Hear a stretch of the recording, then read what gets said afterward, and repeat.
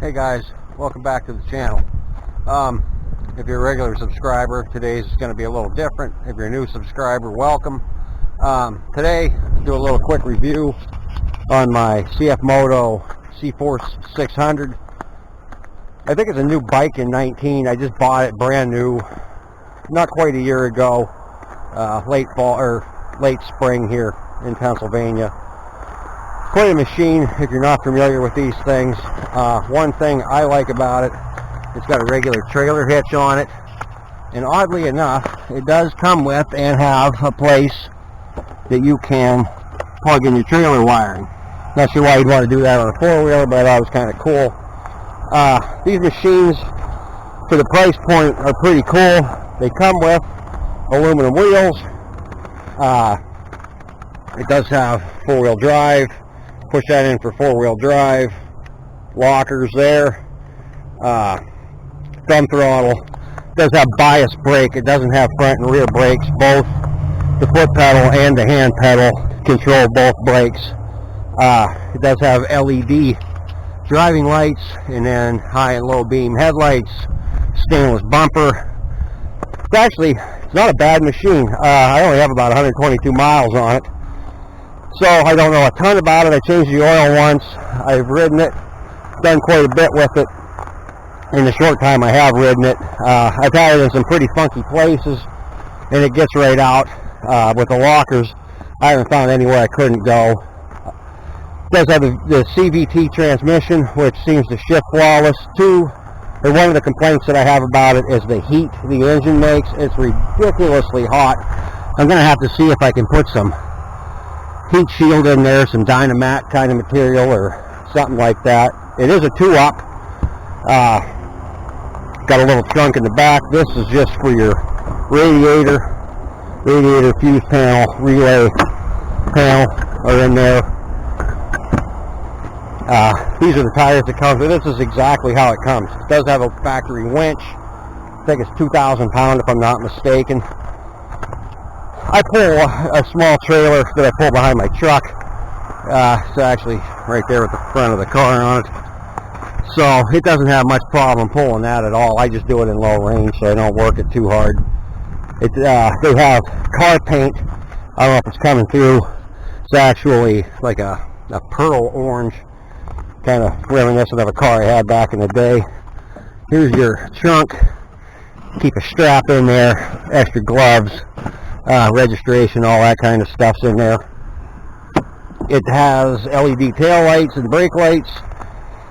I'm going to say I paid $7 grand out the door for it with all those features. One of the only other things that I have to say, it could be a little torqueier. It does seem to lack in the torque a little bit compared to some of the other units that I've ridden in the same size category. Today what I'm going to do with it, I just cleaned the garage out. I'm going to hook up a battery maintainer because it does sit. It starts right up every time I do go to move it. So I just thought that with the factory standard battery in there, it sure wouldn't hurt anything to have a battery maintainer on it. The one I bought does have a quick disconnect. I'll attach it directly to the battery, and then I can plug and unplug it easily. So when we get it in the garage, that will be the video. Thank you.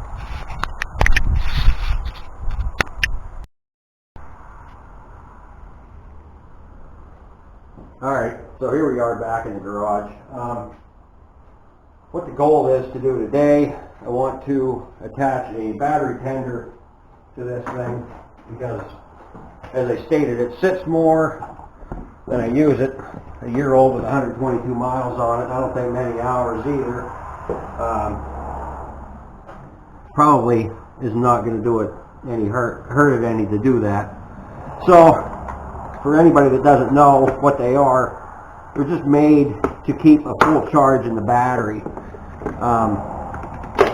Wintertime, for you guys like me that live in the northern states or Canada, when it gets cold out, it doesn't do any favors for your battery at all. So what this is meant to do is keep a full charge in it as it feels, or it checks for draw. It can tell if your battery's low, and it kicks on, puts a full charge back in it, and then it rests again until it feels that the battery's gone down. I can't remember what voltage it goes down to for the unit to kick on. I got it's called a Battery Tender Junior. It's not very big. They make bigger ones for cars. They actually make full banks of them. When I worked in the auto parts field, I sold a lot of these. I talked a lot of people into them for their tractors, their ATVs and UTVs. The end that I'm putting on here fastens to the battery and stays there. And I'll show you how we do that for those of you that don't know. Just like the battery, one side's red, and it is fused because of the 7.5 amp fuse in it, which is nice. So all we got to do, put these all together, find the nut, which may be fun. Let's see here. There we go. We found threads, maybe. Alright, you don't want to over tighten it, good and snug. Same thing with the ground side. Not really much to these, but if you guys haven't used them in the past, I'll use this on my 97 Silverado that also sits more than it goes. Before I start driving it, I'll put a full charge in the battery, and then I'll put the maintainer on it till I decide to drive it, because I guess you should attach all the cables. It'll be ready for use then. So same with this. I'll get this on there. I mean, like I said yesterday, it starts right up all the time. It just isn't good for the battery, and with the warranty running out in a month or two, I don't want to have to buy a battery because it sits out in the cold. It sits inside, but it's not in a heated location. Oh, let's see if this one caught. Maybe not. There we go. Nice and tight. Put the cap back over. Nope. Okay, so I had to do a little rearrangement of the battery terminals. So we got that handled. It was easier to do it off camera. I figured better than boring it to death completely. Here is our connector. This easily unplugs. The tender also comes with a set of regular, like a battery charger clamp there. You can see here the light's red. That shows that it's in a state of discharge, the battery. According to the dashboard here, let's see, our voltage is at 12.1, so it is down a little bit. I rode it around a little bit yesterday, which is the first time in probably 2 months.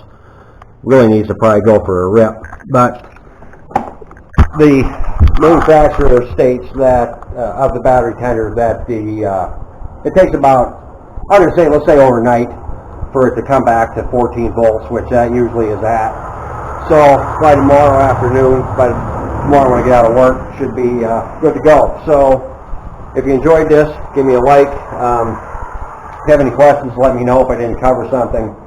And if you have a machine like this, I recommend, it doesn't have to be the battery tender brand. There's a bunch of companies that make them that actually work out pretty well. So, okay, well, have a good night. Thanks.